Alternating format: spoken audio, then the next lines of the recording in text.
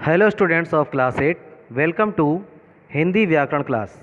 Students, आज की class में हम चैप्टर थर्ड का सेकंड वीडियो रीड करेंगे। सेकंड वीडियो में हमने चैप्टर थर्ड को कहाँ से स्टार्ट करना है, पहले आइए देख लेते हैं कि लास्ट वीडियो में हमने क्या क्या रीड किया था। लास्ट वीडियो जो था इसका हमने शब्दों का वर्गीकरण पढ़ा था, रचना के आधार पर और उत्पत्ति या स्रोत के आधार पर, देशज, विदेशी शब्द, ये तत्सम तद्भव ये हमने पढ़ लिए थे और संकर शब्दों को भी हम पढ़ चुके थे। तो आज की क्लास में स्टूडेंट्स हम स्टार्ट करेंगे अर्थ के आधार पर, शब्दों का अर्थ के आधार पर किस तरह से वर्गीकरण किया गया है। आइए इसको रीड करते हैं। अर्थ के आधार पर शब्द 6 प्रकार के होते हैं।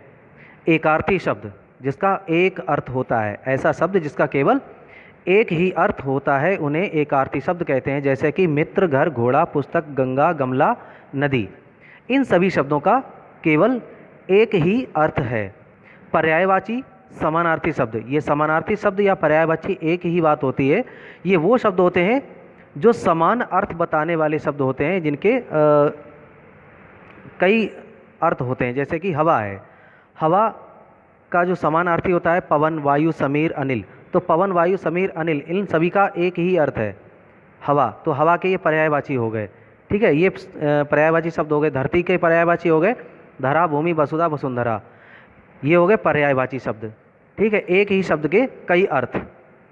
दूसरा जो तीसरा आता है विपरीतार्थी विलोम शब्द, यानी कि एक दूसरे के विरोधी शब्द। ये कौन से होते हैं?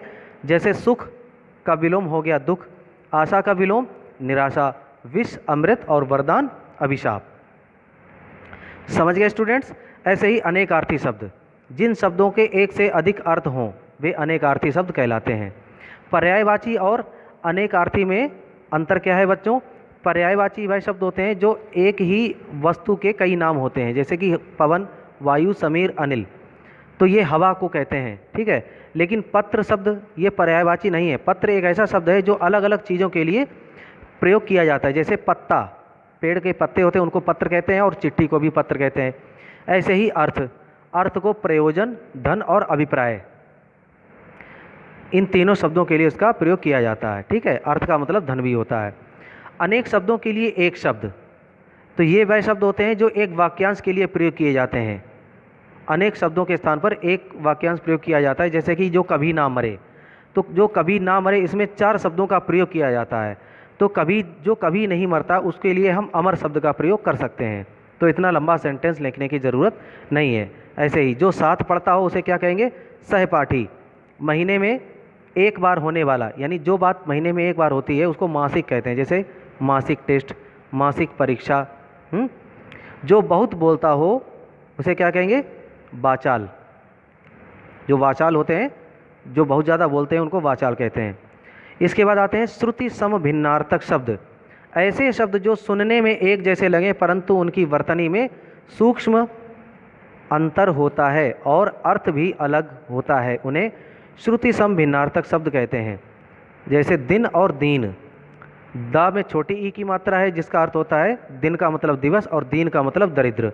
ऐसे ही अवधि, अवधि क्या है? एक भाषा है, लेकिन अवधि धा पे छोटी की मात्रा लगा दें तो अवधि का मतलब समय सीमा। तो थोड़ा सा अंतर होता है और अर्थ बदल जाता है। ऐसे ही व्याकरणिक प्रकार के आधार पर, व्याकरण की दृष्टि से ये शब्द 2 प्रकार के होते हैं, विकारी और अविकारी शब्द, ठीक है। तो इन शब्दों को अभी हम ऐसे ही देख लेते हैं, जो आगे के जो चैप्टर होंगे उनमें विकारी और अविकारी शब्द को हम डिटेल में पढ़ेंगे। विकार का अर्थ होता है परिवर्तन, ठीक है, जो बदलाव होता है उसके कहते हैं विकार। जो शब्द लिंग, वचन, कारक, काल आदि के प्रभाव से बदल जाते हैं वे विकारी शब्द कहलाते हैं। ये 4 प्रकार के होते हैं। तो प्रयोग के अनुसार विकारी शब्दों का स्वरूप बदलता रहता है। जैसे संज्ञा है, एक है जैसे लड़का है, एक है तो लड़का, बहुत से हैं तो लड़के, 2, ठीक है, लड़कों। ऐसे ही सर्वनाम, वह, वे, उसने, उन्होंने, पतला, पतली, पतले। तो लड़का है तो पतला, लड़की है तो पतली, और बहुत सारे लोग हैं तो पतले। तो ये क्या है? ये विकारी शब्द हैं। ये स्थिति और समय के और लिंग, वचन, कारक के अनुसार बदल जाते हैं, इनका रूप बदलता रहता है। पढ़ता है, पढ़ते हैं, पढ़ेंगे, पढ़ते थे। अविकारी शब्द वे होते हैं जो लिंग वचन और काल के प्रभाव से प्रभावित नहीं होते हैं, उन्हें अविकारी शब्द कहा जाता है। इन्हें अव्यय भी कहा जाता है। ये शब्द किसी भी स्थिति में हो, इनमें परिवर्तन नहीं होता है। ये 5 प्रकार के होते हैं, जैसे क्रिया विशेषण, संबंध बोधक, समुच्चय बोधक, विस्मयादि बोचक और निपात। जैसे यहाँ वहाँ, धीरे धीरे, जल्दी, चाहे स्त्रीलिंग हो, पुल्लिंग हो, चाहे भूतकाल हो, भविष्यकाल हो, वर्तमान काल हो, एक वचन हो चाहे बहुवचन हो, किसी का इन शब्दों पर कोई प्रभाव नहीं पड़ता है। ठीक है। ऐसे ही के पास, के अंदर, के बाद, और, इसलिए, किंतु, अरे, ओह, वाह और ही भी, तो, ये शब्द जो प्रयोग होते हैं ये अविकारी शब्द हैं। तो अब डिवाइड करते हैं। दूसरा है प्रयोग के आधार पर। प्रयोग के आधार पर 2 तरह के शब्द होते हैं, सामान्य शब्द और तकनीकी शब्द। सामान्य शब्द वे शब्द हैं जिनको हम सभी दैनिक जीवन में आम बोलचाल के लिए प्रयोग में लाते हैं, उन्हें सामान्य शब्द कहते हैं। इनका अर्थ कोई भी आसानी से समझ लेता है, जैसे घर, रोटी, किताब, कमरा, नदी, सूरज, पानी, नमक आदि। ये आसानी से समझ में आने वाले शब्द हैं, ये हैं सामान्य शब्द। तकनीकी शब्द कैसे हैं? वे शब्द जिनका संबंध विभिन्न विषयों, व्यवसायों, विज्ञान आदि से होता है, वे तकनीकी शब्द कहलाते हैं। तो इनको आसानी से नहीं समझा जा सकता। जैसे कंप्यूटर एक तकनीकी शब्द है, नेट, फैक्स, मुकदमा। तो मुकदमा जैसा शब्द है, इसको अगर हम डिटेल में समझाएंगे तो मुकदमा पूरा समझाना पड़ेगा, मुकदमा क्या होता है। ऐसे ही अपील, अपील क्या होती है? ये कोई वस्तु नहीं है जिसको हम आसानी से बता दें, इसको भी समझाना पड़ेगा। तो ये तकनीकी शब्द हैं। केस, घर्षण, घनत्व और रसायन, सचिव, कनिष्ठ, वरिष्ठ। ठीक है। तो स्टूडेंट्स, आपको ये चैप्टर अच्छे से समझ में आया होगा। आई थिंक आपको ये चैप्टर अच्छा लगा होगा। तो इस चैप्टर को आप एक बार अपने आप रिवाइज करेंगे, तभी आपको अच्छे से समझ में आएगा। आइए इसकी एक्सरसाइज फिल कर लेते हैं। इसमें दोहराने वाले जो पॉइंट्स हैं, ये इंपॉर्टेंट पॉइंट्स हैं, ये सभी आप रीड करेंगे। ठीक है स्टूडेंट्स, ये पॉइंट्स आप सभी रीड करेंगे। दोहराने वाले जो पॉइंट्स हैं, आओ दोहराएं। ये आपके चैप्टर के इंपॉर्टेंट टॉपिक्स हैं, इनको आप याद कर लीजिए। क्या सीखा? मौखिक प्रश्न है, ये आपको रिटन में प्रोवाइड होंगे, और एक्सरसाइज है, वो आप कैसे फिल करेंगे? एक्सरसाइज फिल करने के लिए आप वीडियो को पॉज कर दीजिए और फिल कर लीजिए। तो आइए वीडियो को पॉज कर दीजिए, आप वीडियो रोक दीजिए और एक्सरसाइज फिल कर लीजिए। ठीक है स्टूडेंट्स, आपने वीडियो को पॉज करके एक्सरसाइज फिल कर ली होगी। शब्दों की रचना किससे होती है?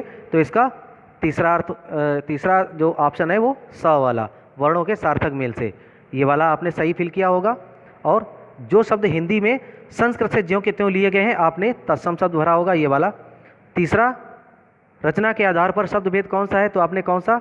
आपने ये वाला शब्द फिल किया होगा, क्योंकि रूढ़, यौगिक और योग रूढ़, ये तीनों ही ऑप्शन इसके सही हैं। तो ये ऑप्शन इसका आपका सही होगा, तीनों भेद रचना के आधार पर हैं। आगे, निम्नलिखित में संकर शब्द हैं। तो वीडियो पॉज करके आप इसको भी फिल कर लीजिए। पहले का ये सही है, घड़ी साज, और 5वें का धीरे धीरे। ख, निम्नलिखित वाक्यों में रिक्त स्थानों की पूर्ति कोष्ठक में दिए उचित शब्द से कीजिए। तो पहले में आपने क्या फिल किया होगा? बहन। और दूसरे में टिकट घर शब्द कैसा है? संकर शब्द है, तो इसमें संकर पे आपने फिल किया होगा। इसमें आप यहाँ पे शंकर भरेंगे, यहाँ पे बहन, संकर, ये वरदान, यौगिक और अविकारी। ठीक है, इनमें फिल कर देंगे। तो आप चाहें वीडियो पॉज करके भी फिल कर सकते हैं, फिर भी मैं बता देता हूँ आपको। निम्नलिखित तत्सम शब्दों के तद्भव रूप लिखिए। वीडियो पॉज करके इसको भी फिल कर लो।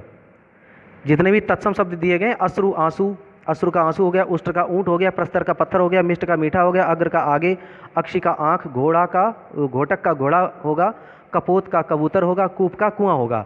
ऐसे ही नीचे रूढ़, यौगिक एवं योग रूढ़ शब्द छांट कर लिखिए। तो रूढ़ शब्द कौन कौन से हैं? रोटी, चावल, आदमी, स्कूल। यौगिक शब्द है फूलमाला, अनुशासन, राजपुत्र, पाठशाला। योग रूढ़ शब्द है नीलकंठ, गजानन, नंदलाल, एकदंत। और ऐसे ही विकारी और अविकारी शब्द आप छांट कर फिल कर लीजिए। विकारी है माता, सुभाष, मोटा, पढ़ना, उन्होंने। अविकारी है के पास, इसलिए, जल्दी, यहाँ, लेकिन। ठीक है, तो आपका ये चैप्टर एक्सरसाइज के साथ में कंप्लीट होता है। और नीचे जो एक्सरसाइज दी गई है खेल खेल में, और जो भी अगले पेज पर होगी, उसके लिए आप क्या करेंगे? वो एक्सरसाइज आप स्वयं फिल करिए। निम्नलिखित के 2-2 उदाहरण लिखिए। तो 2-2 उदाहरण आप बुक से देखकर लिख सकते हैं। रूढ़ शब्द, देशज शब्द, विदेशी, योग रूढ़, तत्सम, तकनीकी और तद्भव, ये आपको अच्छे से आते होंगे, आप बुक से देखकर फिल कर सकते हैं। तो स्टूडेंट्स, आपका चैप्टर 3 एक्सरसाइज के साथ में कंप्लीट होता है। इसको रिवीजन करिए और मन लगा के पढ़िए और प्रॉपर तरीके से अपनी नोटबुक कंप्लीट करते चलिए और टाइम टू टाइम स्कूल में आकर इसको चेक कराते रहिए। Okay, take care, bye.